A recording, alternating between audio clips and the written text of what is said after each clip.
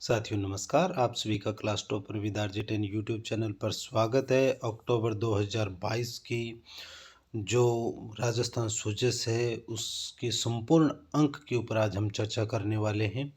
ये वीडियो आपके लिए काफ़ी महत्वपूर्ण रहने वाला है। लगभग 1 घंटे का ये वीडियो रहेगा। इसे आप अच्छे से देखिएगा। पूरी सुजस इस वीडियो में करवा दी जाएगी।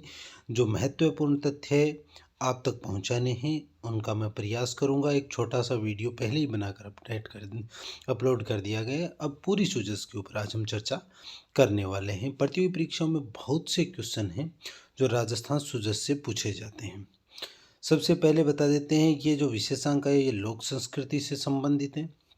इसमें लोक जीवन से संबंधित गौरी के बारे में हमने बात की थी। रक्षाबंधन के दूसरे दिन से सवा महीने तक चलने वाला मेवाड़ क्षेत्र में खेला जाता है। उदयपुर, राजसमंद, प्रतापगढ़ और चित्तौड़गढ़ जिलों में इसका अच्छा खासा प्रचलन है। आदिवासियों का एक नृत्य है, सामाजिक संदेश देता है। इसमें जो भाग लेने वाले कलाकार हैं वो सवा महीने तक अपने घर नहीं जाते, परिवार का त्याग कर देते हैं, नंगे पाँव रहते हैं, दिन में एक बार भोजन करते हैं। और गौरी मंचन में लगभग 9 अलग अलग कहानियाँ, नृत्य और लोकगीत द्वारा बताई जाती हैं। ये गौरी के बारे में था। इसके आप ये छाया चित्र भी देख सकते हैं।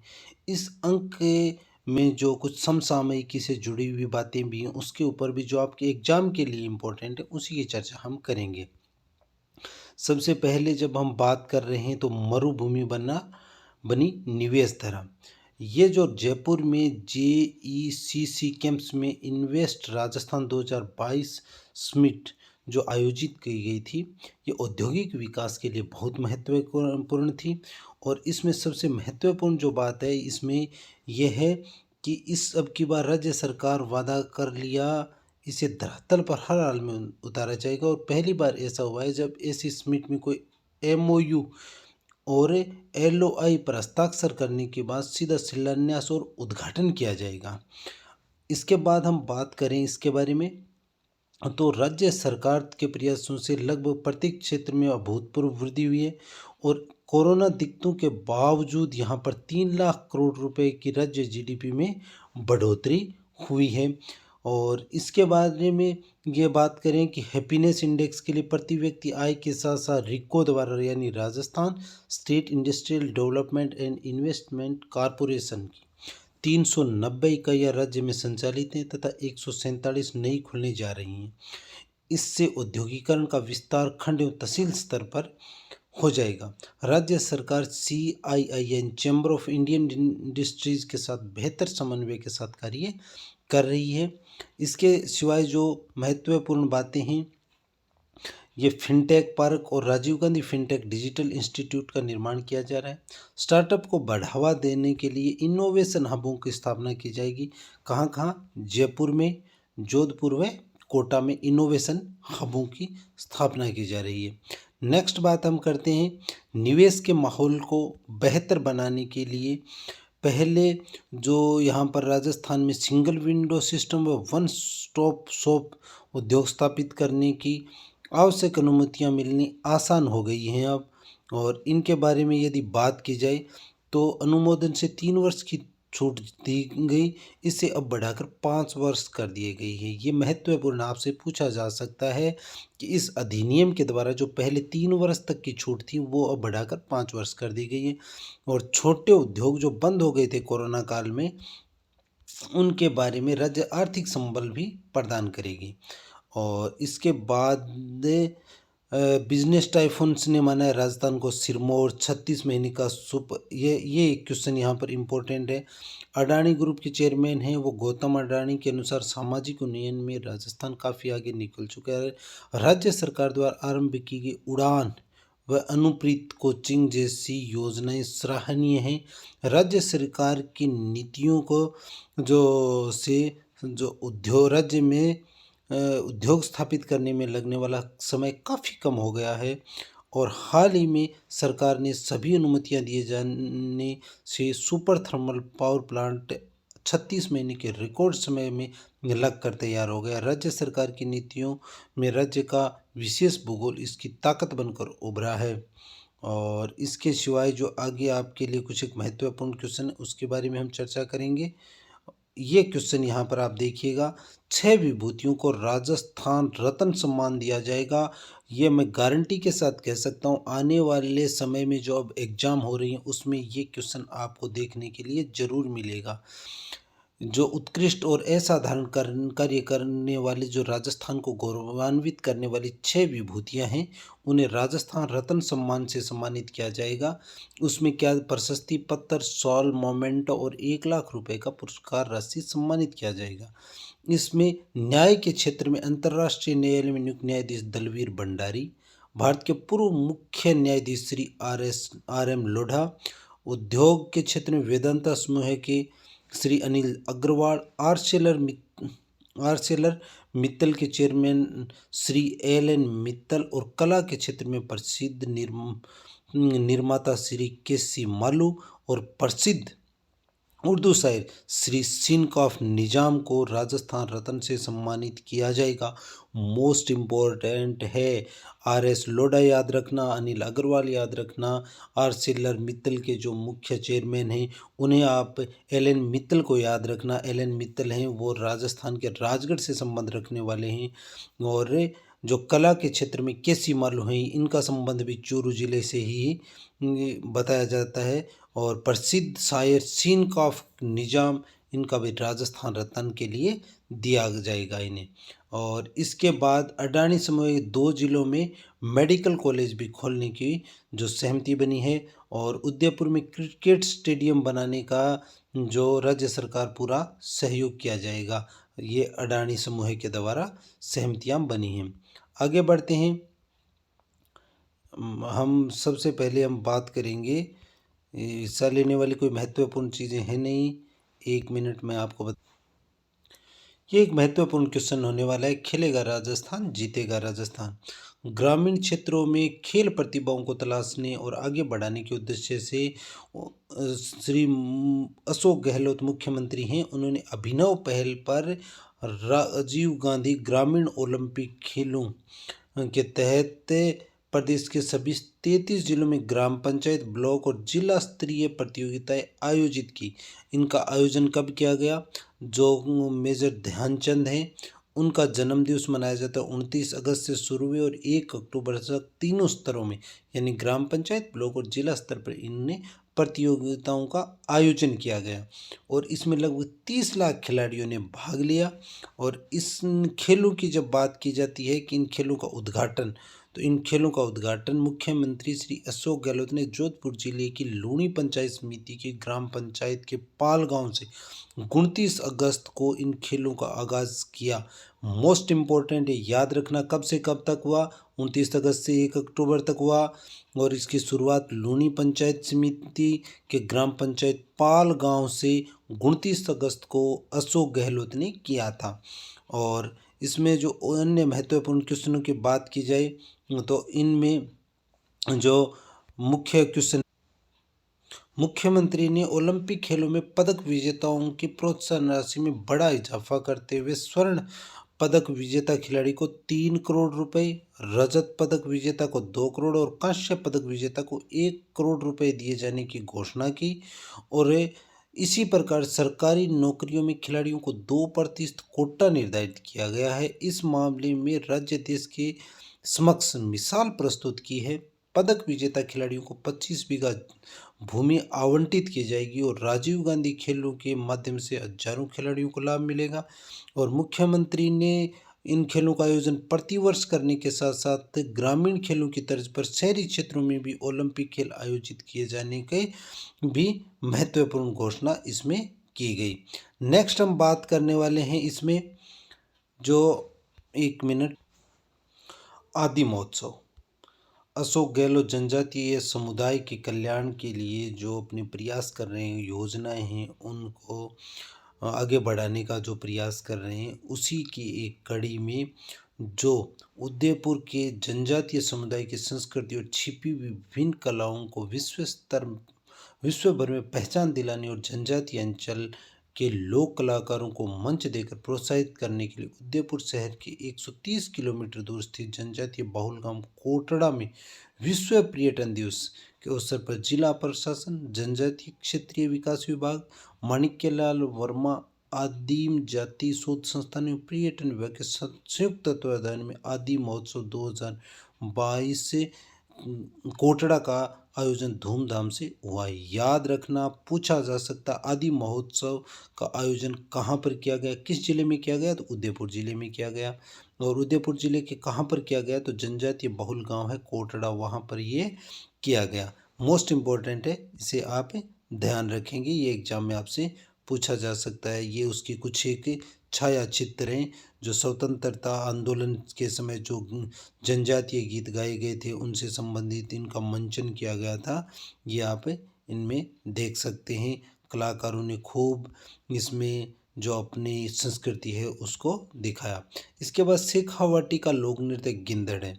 गिंधड़ होली के अवसर पर किया जाने वाला नृत्य, ये शेखावाटी क्षेत्र का सुजानगढ़, चूरू, रामगढ़, लक्ष्मणगढ़, सीकर इसके आसपास क्षेत्रों में आयोजित किया जाता है। इसमें नर्तक हाथों में डंडे लेकर नगाड़े की ताल के साथ डंडों को परस्पर टकराते हुए घूमते हुए आगे बढ़ते हैं। नगाड़ा इसका मुख्य वाद्य है और इसमें 4 मात्रा की ताल से धीमी गति से नगाड़ा बजना प्रारंभ होता है और धीरे धीरे इसकी गति तेज होती जाती है। जैसे जैसे गति पकड़ती जाती है नगाड़े की ध्वनि भी तीव्र होती जाती है।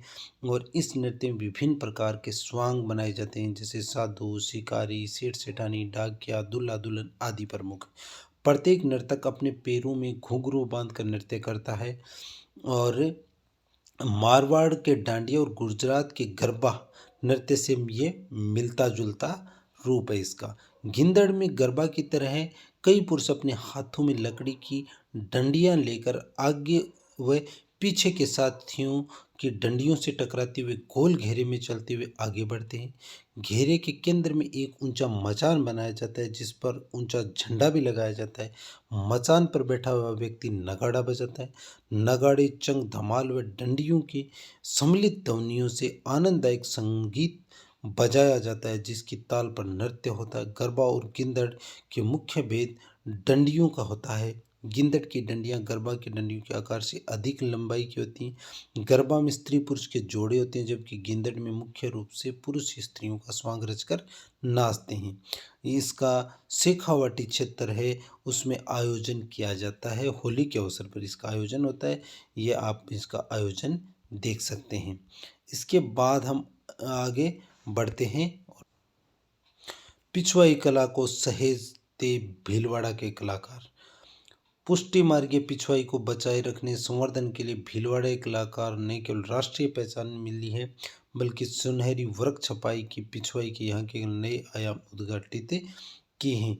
पिछवाई कई तरीके से बनाई जाती है। इसके रंगीन पिछवाई, वर्क छपाई, जरदोजी, कसीदे, आरी तारी, पेच वर्क, खड़िया की छपाई, गोलकुंडा की पिछवाई, कलमकारी की पिछवाई मुख्य रूप से उल्लेखनीय। वर्क छपाई में पिछवाई में सोने चांदी के पतले पतले वर्क का उपयोग किया जाता है जिसमें बहुत ही जटिल और श्रम साध्य होती है।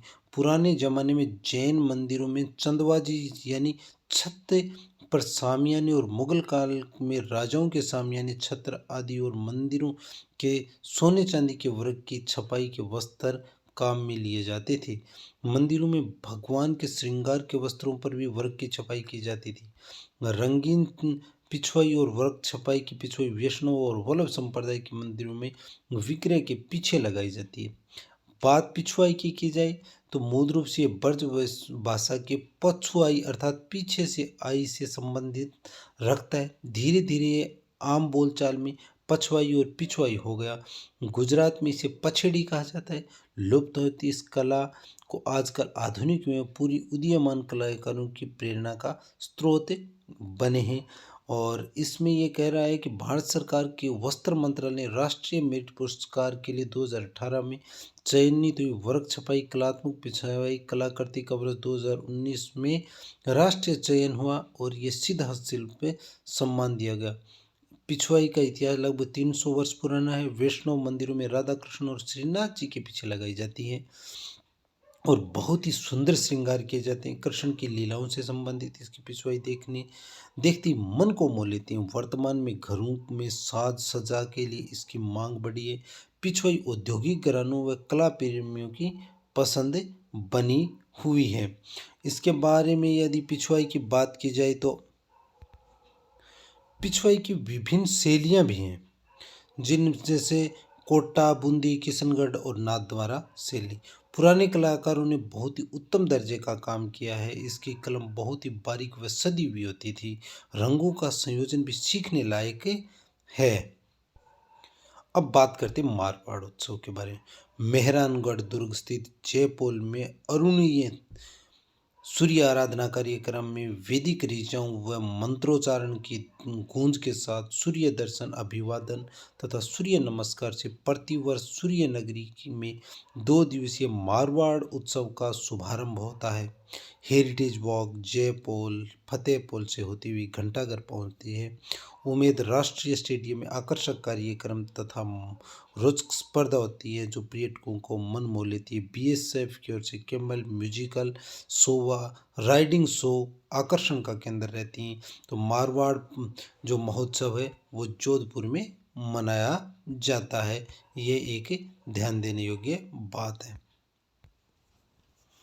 बात मुद्रा कला की करते हैं। राजस्थान के प्राचीन प्रदेश मेवाड़ में मजमिका, जिसे मध्यमिका नामधारी चित्तौड़ के पास स्थित नगरी से प्राप्त ताम्र मुद्रा इस क्षेत्र को सिवी जनपद घोषित करती है। तत्पश्चात 6ठी-7वीं शताब्दी की स्वर्ण मुद्रा प्राप्त हुई है। जनरल कनघम, जिसे कनिगम भी कहा जाता है, को आगरा में मेवाड़ के संस्थापक शासक गोहिल के सिक्के प्राप्त हुए। तत्पश्चात ऐसे ही सिक्के ओझा जी को भी मिले। इसके उध्रव पटल व अधोवट में के चित्रण से मेवाड़ राजवंश के शैव धर्म के प्रति आस्था का पता चलता है। राणा कुंभाकालीन सिक्कों में ताम्र मुद्रा एवं रजत मुद्रा का उल्लेख जनरल कनघम ने किया है। परवर्ती काल में आलम शाही, मेहता शाही, चांदोड़ी, स्वरूप शाही, भोपाल शाही, उदयपुरी, चित्तौड़ी, भीलवाड़ी, त्रिशूलिया, फितरा आदि कई मुद्रा भिन्न भिन्न समय में प्रचलित रही। सामंतों की मुद्रा में भिंडरिया, पेशा व सलुम्बर का ढींगला व पद्मशाही नामक तांबे के सिक्के जागीर क्षेत्र में चलता था। ब्रिटिश सरकार का कलदार भी व्यापार व वाणिज्य में प्रयुक्त किया जाता था। जोधपुर तथा मारवाड़ क्षेत्र के अंतर्गत प्राचीन काल में पंचमार्क सिक्कों का प्रचलन रहा था। ईसा की 2री शताब्दी में यहाँ बाहर से क्षत्रपों की मुद्रा धर्म का प्रचलन हुआ, जो लगभग संपूर्ण दक्षिणी पश्चिमी राजस्थान के आर्थिक आधार के साधन रूप में प्रतिष्ठित हो गई। बांसवाड़ा जिले में सरवानिया गांव से प्राप्त वीर दामन की मुद्राएं इसके प्रमाण हैं। प्रतिहार व चौहान शासकों के सिक्कों के अलावा मारवाड़ में फदका व फदिया मुद्राएं उल्लेख भी में प्राप्त होता है। राजस्थान के अन्य प्राचीन राज्यों में जो सिक्के प्राप्त होते हैं वह सभी उत्तर मुगल काल या उसके पश्चात स्थानीय शासकों द्वारा अपने अपने नाम से प्रचलित किए कराए हुए मिलते हैं। इसमें जयपुर एवं डोडान प्रदेश में जाड़शाही, रामशाही, मुहर मुगल बादशाह के नाम वाले सिक्कों में मोहम्मद शाही, प्रतापगढ़ की सलीम शाही, बांसवाड़ा की लक्ष्मण शाही, बूंदी का हाली, कटार शाही, झालावाड़ का मदन शाही, जैसलमेर में अक्खे शाही व ताम्र मुद्रा डोडिया व अलवर का राव शाही आदि मुख्य कहे जाते हैं। ध्यान रहे ये क्वेश्चन आपसे पूछे जा सकते हैं सिक्कों से संबंधित। बात मूर्ति कला की करते हैं तो राजस्थान में काले, सफ़ेद, भूरे व हल्के स्लेटी, हरे, गुलाबी पत्थर से बनी हुई मूर्तियों के अतिरिक्त पित्तल व धातुओं की मूर्तियां भी प्राप्त होती हैं। गंगानगर जिले के कालीबंगा व उदयपुर के निकट आहड़ सभ्यता की खुदाई में पक्की हुई मिट्टी से बनाई हुई कलाकृतियों की मूर्तियां भी मिलती हैं, किंतु आदिकाल से मूर्ति कला की दृष्टि से ईसा पूर्व पहली से दूसरी शताब्दी के मध्य निमित्त लाल सोट में बंजारियों की छतरी नाम की प्रसिद्ध 4 वेदी का स्तंभ मूर्तियों के लक्षण द्रष्टव्य। याद रहे, आदिकाल में मूर्तिकला की दृष्टि से ईसा पूर्व पहली से दूसरी शताब्दी के मध्य निमित्त लाल सोट दोसा में बंजारी की छतरी प्रसिद्ध 4 वेदी का स्तंभ मूर्तियों का लक्षण द्रष्टव्य है। इसके बाद बात करते हैं राजस्थान की सौराष्ट्र शैली है, महागुर्जन शैली है, महामास शैली का उदय ये प्रभाव परिलक्षित होता है, जिसमें महामास शैली केवल राजस्थान तक ही सीमित रही।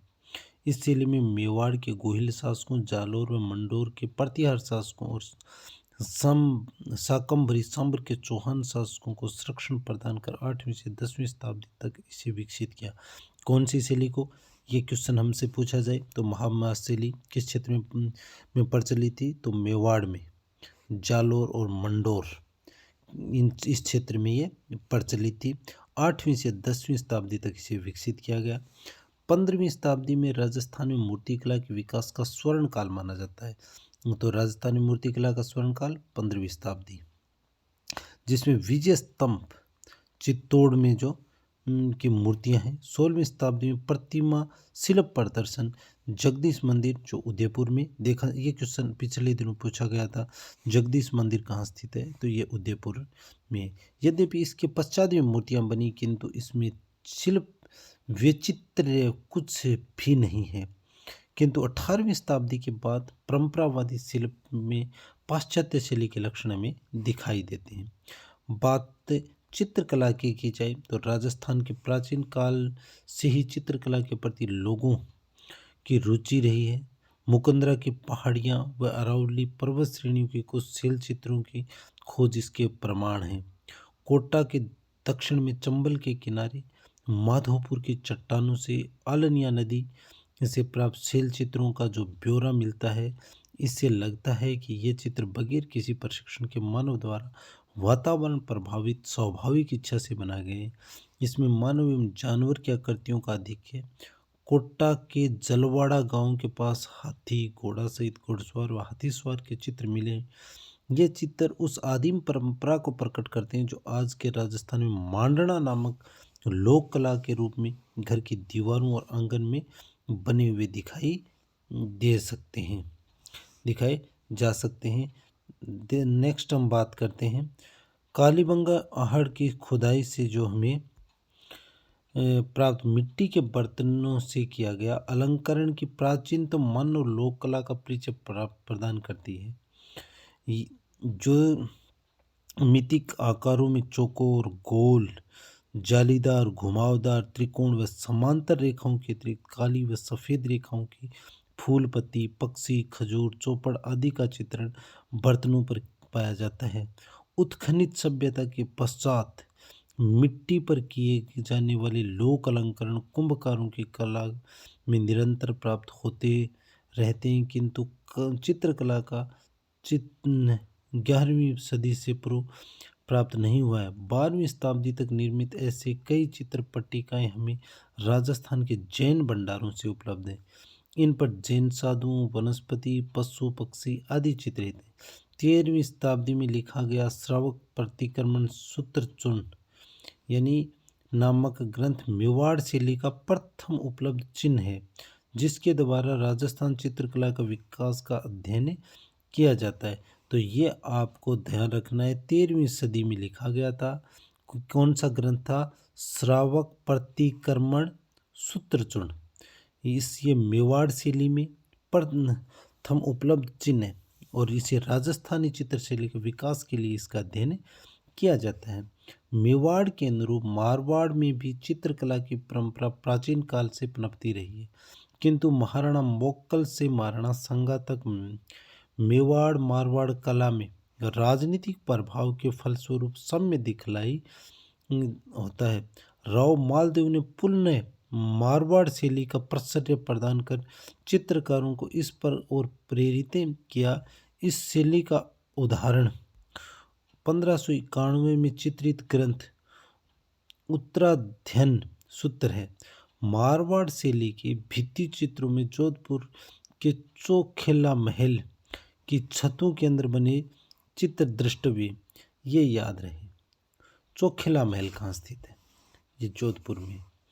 राजस्थान में चित्र में स्थित भी मुगल शैली और राजस्थान की परंपरागत राजपूत शैली के समन्वय से कई प्रांतीय शैलियों का जन्म हुआ, जिसमें मेवाड़ और मारवाड़ के अतिरिक्त बूंदी, कोटा, जैसलमेर, बीकानेर, जयपुर, किशनगढ़ और नाथद्वारा शैली हैं। इनके फलस्वरूप चित्रों में विषय होली के खेल, बाग बगीचे, घुड़सवारों, हाथी की सवारी आदि रहे हैं। और ये बात की जाए इससे मारवाड़ शैली में उपलब्ध पंचतंत्र व सुकनासिक चरित्र में कुम्हार, धोबी, नाई, मजदूर, चीड़ीमार, लकड़हारा, बिस्ती, सुनार, सौदागर, पनिहारी, ग्वाला, माली, किसान आदि से संबंधित जीवन वृत्त का चित्रण मिलता है। किशनगढ़ शैली में राधा कृष्ण की प्रेमाभिव्यक्ति के चित्रण मिलते हैं। इस क्रम में बड़ी ठनी का एकल चित्र प्रसिद्ध है। किशनगढ़ शैली में कद व चेहरा, नाक, लंबा नाक, नुकीली बनाई जा रही है। वहीं विस्तृत चित्रों में दरबारी जीवन की झांकियों का समावेश भी दिखलाई देता है।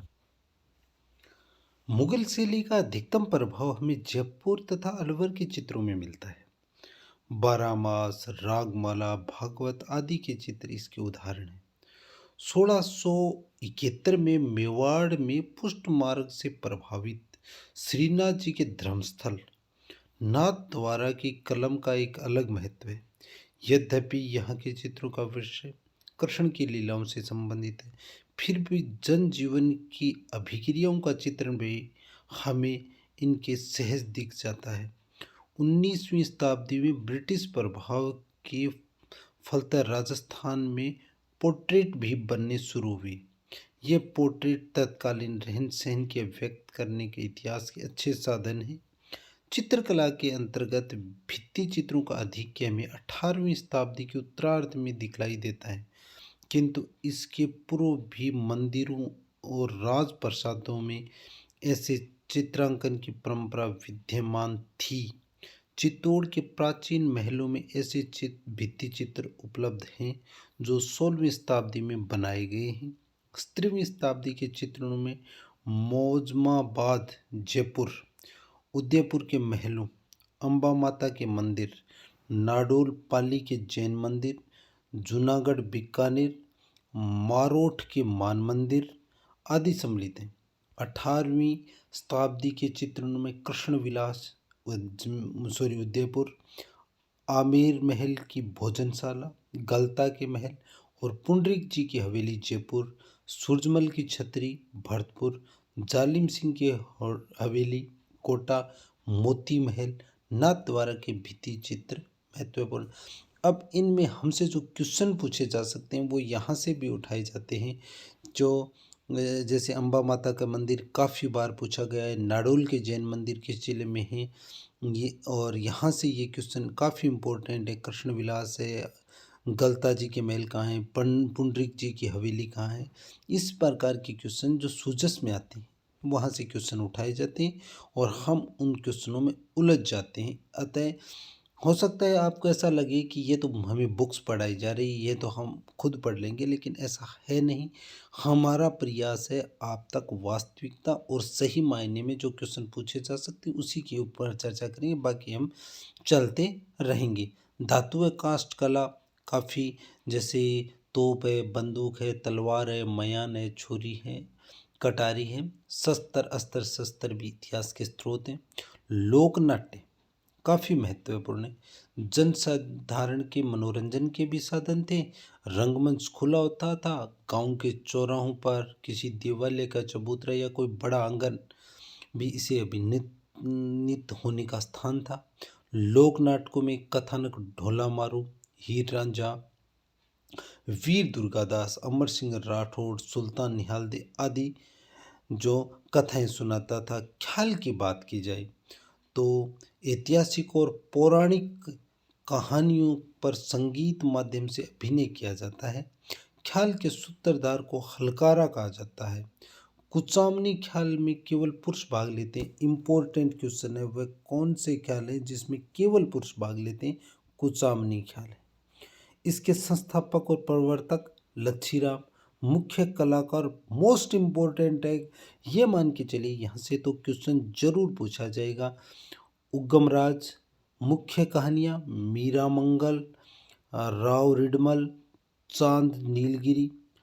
अली बख्शी ख्याल, ये ख्याल मुंडावर अलवर के नवाब अली बख्श ने शुरू हुए के समय शुरू हुई। अली बख्श को अलवर का रसखान कहा जाता है। तो अलवर का रसखान किसे कहा जाता है? अली बख्श को। ऐसे अलवर ऐसे अली, और अली के द्वारा ही अली बख्शी ख्याल शुरू किए गए अलवर के मुंडावर में। हिला ख्याल है लालसोट दोसा व स्वाईमाधोपुर। और हिला ख्याल का जो मुख्य वाद्य यंत्र है वो है नौबत। याद रहे, यह काफ़ी इम्पोर्टेंट इसमें अब की बार है और यहाँ से क्वेश्चन लिया जाएगा। कुचामनी ख्याल में केवल पुरुष भाग लेते हैं। इसके संस्थापक लच्छीराम जी थे। इसके मुख्य कलाकार पूछे जा सकते हैं, वो उगमराज था। मुख्य कहानी पूछा जा सकती है मीरा मंगल, राव रिडमल, चांद नीलगिरी। अली बख्शी, ऐसे अली ऐसे अलवर, एल से अली बख्शी ख्याल। क्लियर है। हेला ख्याल लालसोट जो दौसा में है, सवाई माधोपुर, और नौबत के ऊपर इसका काम जो किया जाता है। इसके बाद बात की जाए नौटंकी की। भरतपुर के में लोकप्रिय हाथरस शैली से प्रभावित लोक नाट्य जिसमें 3 प्रकार के वाद्य यंत्रों का प्रयोग किया जाता है। नौटंकी यानी 3 का सुखाए नौ होता है और 3 प्रकार के वाद्य होते हैं। महिला और पुरुष दोनों भाग लेते हैं नौटंकी में। कुचामनी ख्याल नहीं है कि इसमें केवल पुरुष ही भाग ले। नौटंकी करनी है तो पुरुष और महिला दोनों मिलकर करेंगे। प्रवर्तक भूरीलाल जी। मुख्य कलाकार इसमें कौन कौन है? गिरिराज, जैसे कुचामनी के ख्याल थे उसके लच्छीराम जी प्रवर्तक थे। इसके जो मुख्य कला प्रवर्तक की बात की जाती है नौटंकी की, तो भूरीलाल जी हैं। मुख्य कलाकार गिरिराज प्रसाद और कृष्णा कुमारी हैं। कहानी अमर सिंह राठौड़, आला उद्दल और सत्यवान सावित्री हैं। तमाशा मूल रूप से महाराष्ट्र का लोक नाट्य जो स्वयं प्रताप सिंह के समय जयपुर में लोकप्रिय हुआ। इसके लिए बंशीधर भट्ट को महाराष्ट्र से लेकर आए, जिसे खुले मैदान में तमाशा आयोजन होता है उसे अखाड़ा कहा जाता है। जयपुर के प्रसिद्ध नृत्यांगना गौहर जान तमाशा में भाग लेती थी। और मुख्य कहानियाँ तमाशा की बात की जाएगी तो उसमें जुट्ठन मियाँ का तमाशा, जोगी जोगण का तमाशा, और मुख्य कलाकार की बात की जाए तो तमाशा के मुख्य कलाकार हैं गोपी जी भट्ट। आगे बात करेंगे हम चार बेंच शैली की। चार बेंच ये मूल रूप से अफगानिस्तान का लोक नाट्य है। पहले इसे पश्तो बादशाह में प्रस्तुत किया जाता था। यह नागौर राजस्थान के टोंक क्षेत्र में लोकप्रिय है और नवाब फैजुल्ला खां के समय करीम खां ने इसे स्थानीय भाषा में प्रस्तुत किया। और चार बांध का मुख्य जो वाद्य यंत्र है वो है डंफ। इसके बाद बात की जाती है भवाई के बारे में। उदयपुर संभाग में भवाई जाति का लोकनाट्य, इसमें मुख्य महिला व पुरुष पात्रों को कहा जाता है। इसमें कलाकार मंच पर आकर अपना परिचय देते हैं। शांता गांधी नाटक जयमल ओडवा पर भवाई लोकनाट्य किया जाता है जो अंतर्राष्ट्रीय स्तर पर प्रसिद्ध है। इसका मुख्य कलाकार की बात की जाए तो बाग जी हैं। ये एक व्यावसायिक लोकनाट्य है। इसके बाद बात की जाती है रामलीला की। इसे तुलसीदास जी द्वारा शुरू किया गया। बिसाऊ झुंझुनू में मूक रामलीला होती है। मोस्ट इम्पोर्टेंट क्वेश्चन है, इसे आप ध्यान रखेंगे। मूक रामलीला कहाँ पर की जाती है? तो बिसाऊ झुंझुनू में।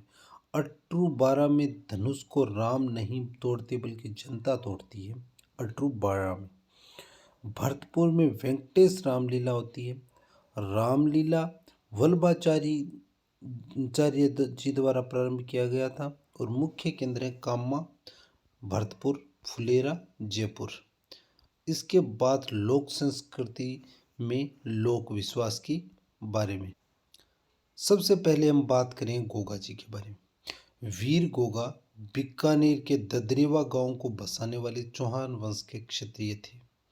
इनके बलिदान स्थल पर गोगा मेड़ी में प्रतिवर्ष भाद्रपद वदी नवमी को बड़ा मेला भरता है।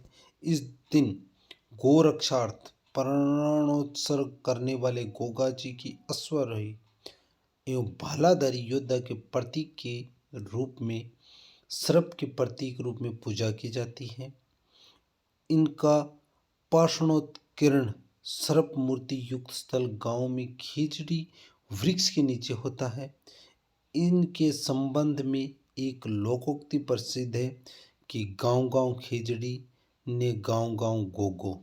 जब किसान खेतों में हल चलाना प्रारंभ करते हैं तब हल को और हल चलाने वालों को 9 गांठ वाले गोगा जी की राखी बांधी जाती है, जिसे गोगा राखड़ी कहते हैं। इन्हें खीर, लापसी और चूरमा आदि का सात्विक भोग चढ़ाया जाता है। ये गोगा जी की फोटो है। इसके बाद हम बात करते हैं रामदेव जी की, जिनकी फोटो ये देख रहे हैं हम। रामदेव जी मुख्यतः राजस्थान और गुजरात में पूजे जाते हैं, किंतु अन्य प्रांतों में भी इनके मंदिर एवं थान मिलते हैं। रामदेव जी दिल्ली के तंवर अनंगपाल के वंशज और मारवाड़ के जुंजाल गांव के निवासी व सत्यवादी वीर थे। उनकी माता का नाम मैणादे और पिता का नाम अजमाल था। इनका जन्म 1352 में हुआ। ये मल्लीनाथ जी के समकालीन थे। इन्होंने बाल्यकाल में ही अपने पराक्रम का परिचय देकर मल्लीनाथ जी से पोकरण की जागीर प्राप्त की थी। रामदेव जी ने भैरव नामक दुष्ट को मारकर लोगों की रक्षा की, जिसने पोकरण व आसपास के गांव उजाड़ दिए थे। इससे इनका नाम दूर दूर तक फैल गया। उसका मुख्य स्थान रामदेवरा में प्रतिवर्ष भाद्रपद मास में प्रदेश का सबसे बड़ा मेला लगता है, जिसमें भाग लेने के लिए राजस्थान, गुजरात व अन्य प्रांतों के लोग प्रतिवर्ष आते हैं। लाखों श्रद्धालु पैदल ही रुणेचा की यात्रा करके अपनी मनोकामनाएं पूरी करते हैं। रामदेवरा में इनके पुजारी तंवर राजपूत होते हैं, जो दुष्काल में रामदेव जी का कपड़े का घोड़ा कंधे पर लेकर दूर दूर तक यात्रा करते हैं और आजीविका एकत्र करते हैं। इन्हें चूरमा, मिठाई, दूध, नारियल, धूप चढ़ता है। भाद्रपद माह में पूरे महीने रामदेव जी के भजन, कीर्तन और रात्रि जागरण होते हैं। इनके प्रतीक चिन्ह के रूप में गांव में प्राय किसी वृक्ष के नीचे चबूतरे पर खुले ताग में पगलिया पग चिन्ह स्थापित किए जाते हैं। वृक्ष पर पद चिन्हों से युक्त श्वेत ध्वजा फहराई जाती है। इनके पूजा स्थल को रामदेव जी का थान कहते हैं। इनका फूल चांदी या सोने के पत्रे पर उत्कीर्ण रामदेव जी की अश्वारोही मूर्ति लोग गले में पहनते हैं। लोक विश्वास में इन्हें सर्व सिद्धिदाता, सद्बुद्धि और कामना पूर्वक देवता माना जाता है। अब हम बात करते हैं हड़बू जी के बारे में। वीर हड़बू जी नागौर परगने के बुढ़ेल जागीर के राजा सांखला के पुत्र थे और रावजी जोधा जी के समकालीन थे। पिताजी के देहांत के बाद ये फलोदीन में रहने लगे। रामदेव जी से प्रेरणा से उन्हें अस्त्र शस्त्र त्याग कर उनके गुरु बालीनाथ जी से दीक्षा ली। जोधा जी ने उन्हें बेगटी गांव अर्पण कर उनके प्रति अपनी श्रद्धा पर परिचय दिया।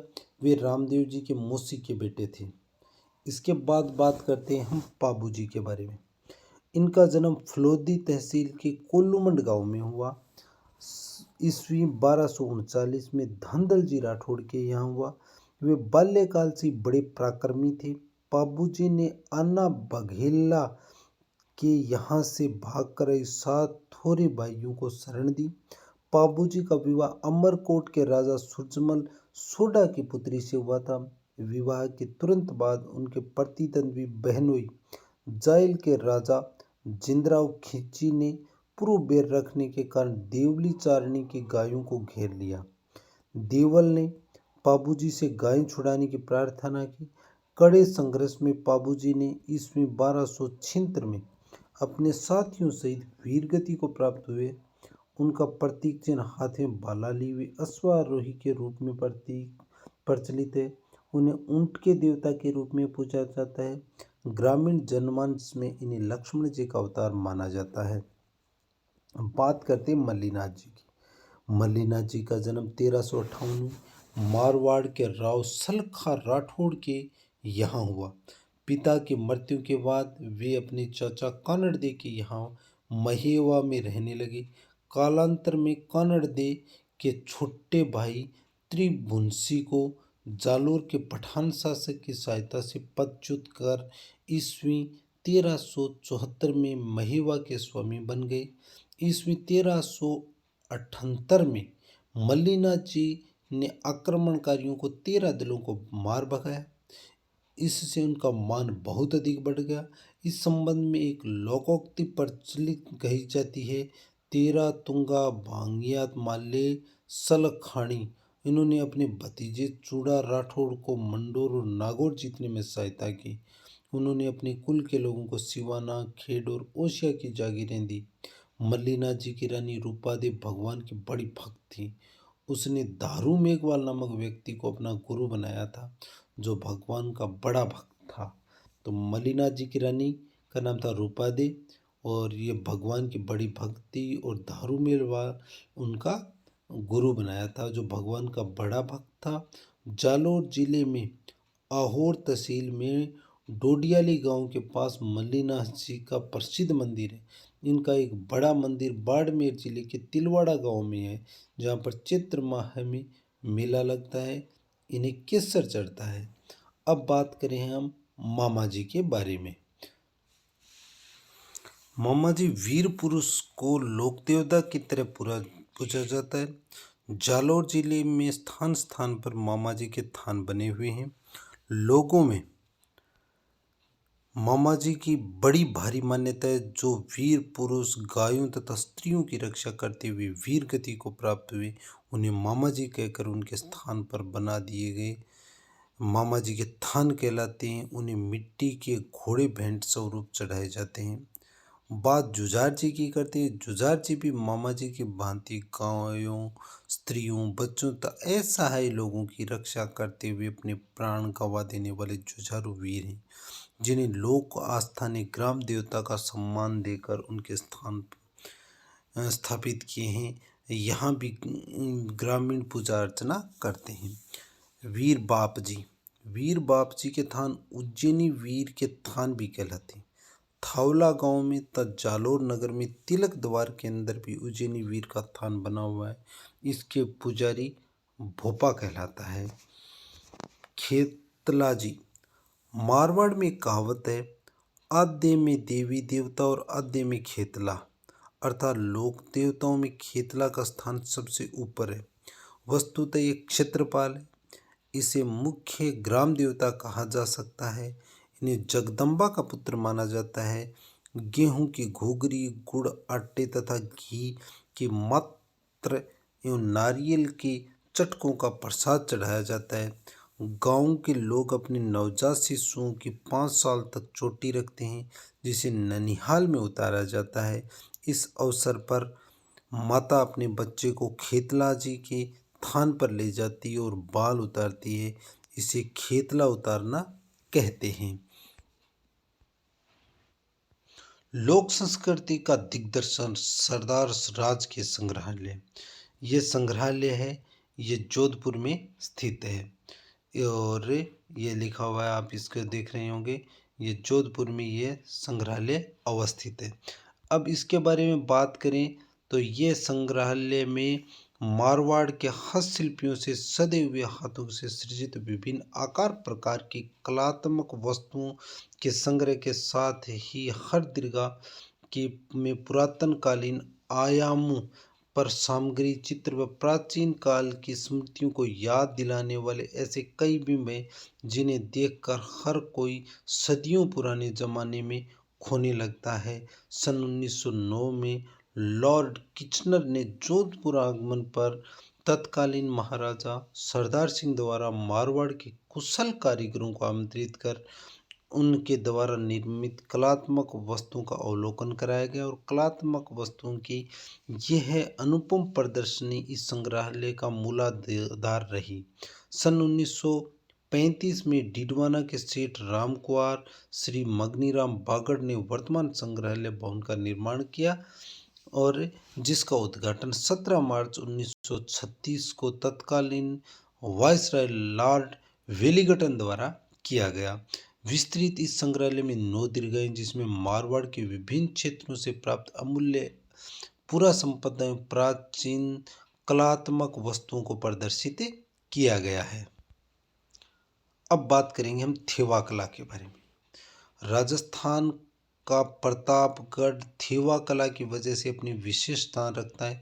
थेवा कला विभिन्न रंगों के कांच पर सोने की मीनाकारी को कहते हैं। ये आप देख रहे हैं, ये मीनाकारी की हुई कुछ वस्तुओं के चित्र दिखाए जा रहे हैं। कांच को कसने के लिए चांदी के बारीक तार से फ्रेम बनाया जाता है जिन्हें वाड़ा कहते हैं। इसके बाद इसे तेज आग में तपाया जाता है जिससे शीशे पर सोने की कलातीत उभर आती है। थेवा कला में आभूषणों के अलावा सजावटी सामान भी बनाए जाते हैं। थेवा आभूषण बनाने वाले स्वर्णकारों में प्रसिद्ध शिल्पकार श्री नाथू सोनी के परिवार को प्रतापगढ़ के तत्कालिक शासक सावंत सिंह ने राज सोनी की उपाधि प्रदान की थी, इसलिए आज भी इन परिवारों को राज सोनी कहा जाता है। इस कला के उल्लेखनीय कार्य करने के लिए प्रतापगढ़ के श्री महेश राज सोनी को पद्मश्री प्रदान किया गया था। ये कुछ थेवा कला से संबंधित चीजें हैं। थेवा कला पर नवंबर 2002 में डाक टिकट जारी किया गया था। राजस्थान थेवा कला संस्थान प्रतापगढ़ को जीआई टैग प्रमाण पत्र भी मिल चुका है। थेवा कला का उल्लेख एनसाइक्लोपीडिया ऑफ ब्रिटेनिका में भी किया गया है। इसके बाद बात करते हैं हम फड़ शैली के बारे में। राजस्थान में फड़ चित्रकला शैली अंतर्राष्ट्रीय ख्याति प्राप्त फड़ चित्रकार श्रीलाल जोशी के पूर्वजों ने विकसित किया। सर्वप्रथम राजमहलों की दीवारों पर आगृत एवं सज्जित किंतु मौन मूक इस कला को कलाकारों ने कपड़े के कैनवास पर सूरतालय में स्वरबंद किया। मेवाड़ में कपड़े के टुकड़े पर चित्रण को फड़ कहते हैं, जो संस्कृत में पट का अपभ्रंश है। पट या फड़ का तात्पर्य पढ़ने या बांचने से किया जाता है। सर्वाधिक फड़े देवी देवताओं में पाबूजी राठौर, देवनारायण जी, दुर्गा, गोगा जी, दशा माता, सूर्य नारायण, पथवारी, डांडा बाबूजी, महादेव जी, रामदेवरा, भंवरा बाबूजी, शीतला माता आदि प्रमुख हैं। यह फड़े जीवनदर्शी आदर्श में अनुष्ठानिक होते हुए अपने मूल पीठिका में लोक मंगल की धार्मिक भावना लिए हुए होती हैं। ये देव देवता सर्वधर्म पालन और जल कल्याण में लगे लोगों की आस्था और विश्वास में अभिवृद्धि करते हैं। इसके अलावा महिलाओं के पुण्य त्योहारों में पारंपरिक कथाएं जैसे नागपंचमी हुई, करवा चौथ, गणगौर, श्रवण कुमार आदि का भी फड़ों में चित्रांकन होता है। लोक गीत गोविंद, महाभारत, रामायण, कुमार संभव, पंचकल्याण आदि से लेकर ऐतिहासिक कथाओं जैसे पृथ्वीराज चौहान है, हाड़ी रानी है, पद्मनी है, जौहर, महाराणा प्रताप, अमर सिंह राठौड़, हल्दी घाटी, संयोगिता हरण, चंद्रवरदाई, पृथ्वीराज रासो, गोरा बादल, मूमल, ढोला मारू आदि विषय कथाओं पर भी फड़ों के सुंदर चित्रांकन किया जा चुका है। राजस्थान की लोक संस्कृति में फड़ या पढ़ बाँचने या पढ़ने की विशेष परंपरा है। सामूहिक फड़ वाचन किसी खुली जगह या चौपाल में पूर्ण श्रद्धा व आस्था के साथ लगभग 30 फीट लंबी और 5 फुट चौड़ी फड़ बांसों के सारे खुली जगह के चौपाल में तान दी जाती है। फड़ कथा के सुर ताल और लय के साथ गायन के रूप में पढ़ा जाता है। इसमें सुरीले गाय को भूपा कहते हैं, जो गाते समय छड़ी की सहायता से फड़ पर चित्रित दृश्यों को समझाता है। प्राचीन काल में भोपे गांव-गांव जाकर वीरों की शौर्य गाथा वीरदावली के गीतों को रचकर सुनाते थे। फड़ में उन्हीं वीरदावलियों कथाओं को चित्रित कर इन्हें दृश्य श्रव्य बना दिया। भोपे के साथ भोपण तथा उसके अन्य साथी भी होते थे। यदि फड़ रात में बाजी जाती तो भोपण हाथ में एक डंडे पर लटकता एक दीपक लिए रहती थी, जिससे उजाले में फड़ चित्र चमकते थे। इस प्रकार गाई गई घटना तथा चित्रों में ऐसा सामंजस्य होता था कि श्रोता पर गहराई तक असर पड़ता था। भोपे व अन्य साथी ढोलक, मंजीरा, अलगोजा, थाली, चिंपिया, जंतर, रावणता आदि लोकवाद्य बजाते थे। मुख्य गायक भोपा लाल रंग की कोर लगी अंगरखी धोती व साफा बांधकर अपनी उल्लासपूर्ण स्वर में घटना के अनुरूप उतार चढ़ाव का क्रम साधे रहता था। इस प्रकार कथा गाथा को सुर ताल लय में बांधते भोपा भोपण और श्रद्धालु मंत्रमुग्ध हो फड़ को देखते सुनते थे। उल्लेखनीय है कि सुप्रसिद्ध लोक गायक पाबूजी का बोध चिन्ह भाला है, जबकि देवनारायण जी का बोध चिन्ह सर्प है। सर्वाधिक लोकप्रिय पाबूजी की फड़ है, किंतु देवनारायण जी की सवारी फड़ सबसे लंबी है। ये क्वेश्चन पूछे गए हैं और ये क्वेश्चन जब पूछे जाते हैं तो इन क्वेश्चनों पर कई बार विवाद हो जाता है, तब सुजस है उसे हम ऑथेंटिक गाइड के रूप में प्रस्तुत कर सकते हैं। जैसे लोक नारायण पाबूजी का बोध चिन्ह भाला हो गया, देवनारायण जी का बोध चिन्ह सर्प हो गया। सर्वाधिक लोकप्रिय पाबूजी की फड़ है, लेकिन सबसे लंबी फड़ की बात की जाए तो देवनारायण जी की। राजस्थान की फड़ चित्रकारी पूर्ण श्रद्धा, भक्ति व आस्था के साथ व्यवहारिक रूप में उपयोग की जाती है। देवताओं के सो जाने की मान्यता से चातुर्मास में फड़ का चित्रण नहीं होता है और पुनः देवउठनी एकादशी से फड़ चित्रण का कार्य प्रारंभ हो जाता है। फड़ चित्रण में एक और जहाँ फड़ शैली में परंपरागत सीमाओं में कलाकार को बांध कर रखती हैं, वहीं दूसरी ओर रंगों के प्रयोग की भी अपनी सीमाएं थी। प्राय लाल, पीला, हरा, काला, आसमानी, भूरा व त्वचा के का रंग भी नारंगी जैसा प्रतीत होता है। सूर्य गाथा चित्रण में लाल रंग प्रधान होता है। प्राचीन काल में प्राकृतिक व पत्थर के रंगों का प्रयोग होता था, जो वनस्पतियों से प्राप्त होते थे।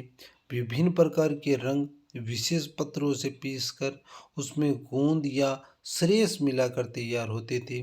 जंगार से हरा, हड़ताल से पीला, हिंगलू से लाल और हरमच से भूरा रंग बनाते थे। पत्थरों को पीसकर उसमें गोंद मिले रंग जहाँ चित्रों को विशेष रंग देते थे। गोंद या सरेस मिलने से रंगों का पक्कापन बढ़ता था। ये बरसों तक फीके नहीं पड़ते थे तथा इतने चमकीले होते हुए भी आंखों को चुभते नहीं थे। फड़ चित्र शैली में चित्रों की आकृति थोड़ी मोटी और गोल, आंखें बड़ी बड़ी, नाक अन्य शैलियों की अपेक्षा छोटी व मोटी होती है। राजस्थान फड़ शैली में श्रीलाल जोशी लोक कला क्षेत्र का एकमात्र ऐसा कलाकार है जो वंशानुगत फड़ चित्रांकन के रंग के संयोजन पर आधार पारंपरिक रखा, किंतु फोक आर्ट व फाइन आर्ट को आत्मसात किया। बात करते हैं राजस्थान रिपाग बढ़ाई सबरोमान। ये हम कुछ पाग के चित्र दिखाए जा रहे हैं। आज भी जीवंत है सवा शेर सूत सर पर बांधने की पुरातन परंपरा। यह अपने यहाँ की जो पगड़ी है, पगड़ी जो राजस्थान में आन मान और शान का प्रतीक मानी जाती है, इसके बारे में ये एक लेख है और इसमें हम देखेंगे जो हमारे काम में आता है। राजस्थान में पगड़ी केवल सौंदर्य और अलंकरण के लिए ही नहीं बांधी जाती, बल्कि पगड़ी के साथ मान, प्रतिष्ठा, मर्यादा और स्वाभिमान जुड़ा हुआ रहता है। पगड़ी का अपमान स्वयं का अपमान माना जाता है। प्राचीन काल में पगड़ी के मान की रक्षा के लिए कई बार तलवार म्यान से बाहर हुई, अनेक समझौते हुए, झगड़े संधि भी बदले टूटे और इसके बाद संबंध बने, दुश्मन पाक बदलकर भाई बने। पगड़ी की प्रतिष्ठा का अनुमान इसी से लगाया जाता है कि व्यापार में या कोई भवन किराए पर लेने से पूर्व दी जाने वाली राशि को पगड़ी कहा जाता है। अर्थात आज भी पगड़ी अगाध व अटूट विश्वास का प्रतीक है। रंग रूप के अनुरूप मिलती है नाम की पहचान। स्थानीय भाषा में इसे पेचा, पाग या पगड़ी कहा जाता है। लंबाई में बड़ी है तो पाग, छोटी है तो पगड़ी रंगीन हो और अंतिम छोर जिसे जिसे छिला कहते हैं, जरी से बनी पेचा कहलाती है। पेचा सिर्फ एक रंग का होता है। यदि ये बहुरंगा है या जरी का काम है तो इसे मदिल कहते हैं। मदिल किसी भी रंग की हो सकती है पर बहुरंगी नहीं। लोहे की है तो उसे कंटोप, सोने की तो है तो उसे मुकुट, और हाथ भरा कपड़ा बंधा है तो इसे चिंदी कहा जाता है। लोक भाषा में पाग पगड़ी के अनेक नाम प्रचलित हैं, जैसे पोतिया, सफ़ो, पगड़ी, पाग, फालियो, गुमालो, फेंटो, सिल्लो, लपेटो, श्रियोत्राण, अमलो, पगड़ी इत्यादि। ये यही प्राचीन साहित्य पाग के लिए उशीण, शिरोवेष्टन, शिरोधान, शिरोस्त्राव इत्यादि नामों का उल्लेख है। यहाँ ध्यान देने वाली बात यह है कि पगड़ी के जो स्थानीय नाम है पोतिया, साफो, पगड़ी, पाग, फालियो, गुमालो, फेंटो, सेलो, लपेटो, सिरोत्राण, अमलो, पगड़ी, ये पूछे जा सकते हैं।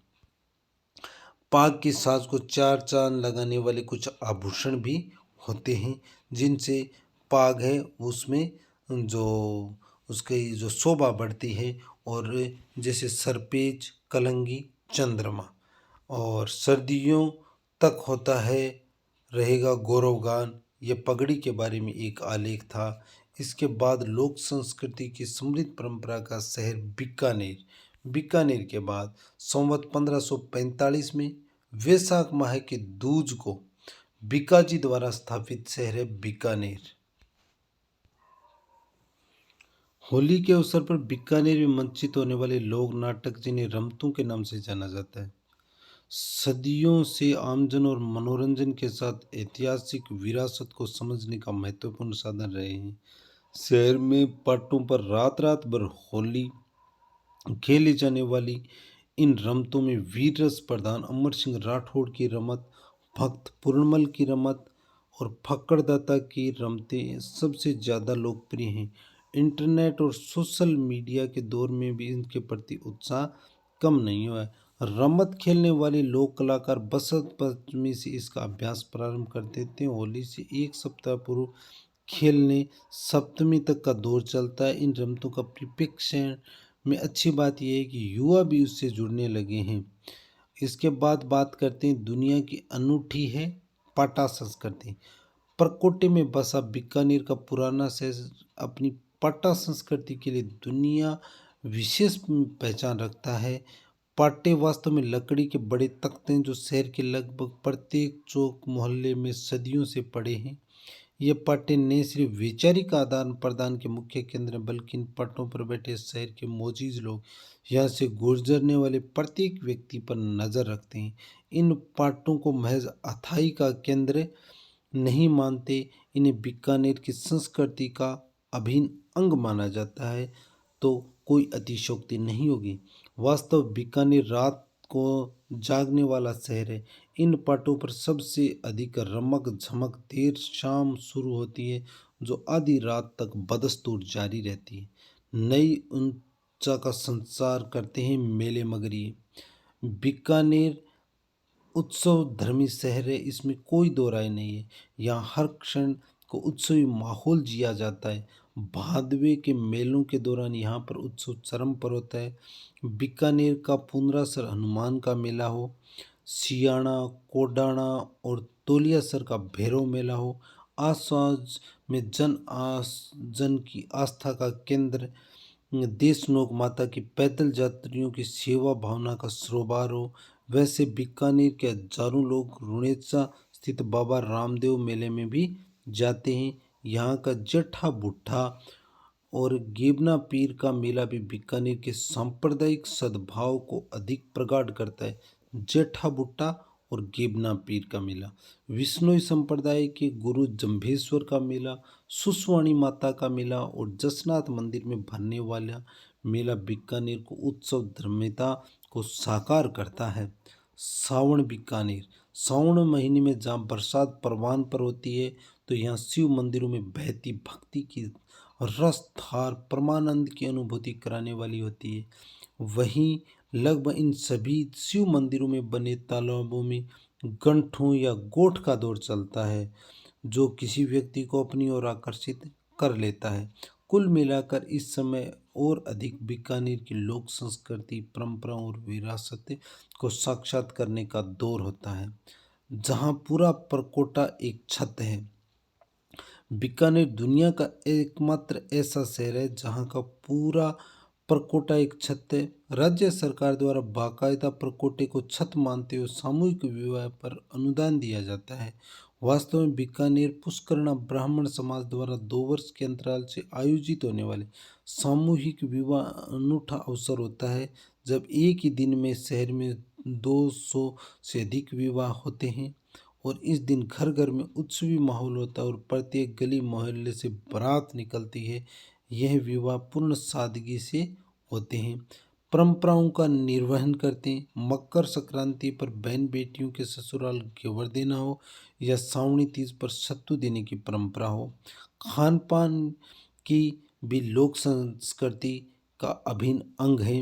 बीकानेर एक और जहाँ पापड़, भुजिया, रसगुल्लों के लिए जाना जाता है, वहीं यहाँ की लच्छेदार रबड़ी और मलाई पंचदारी के लड्डू, कचौरियाँ, कढ़ाई का दूध भी आमजन में खासा लोकप्रिय है। पुराने शहर में चाय पट्टी, कचौरियाँ व अन्य नमकीन के विक्रय का सबसे बड़ा स्थान है। एक अनुमान के मुताबिक बीकानेर शहर में प्रतिदिन लगभग 1 लाख कचौरियाँ बनती और विक्रय होती हैं।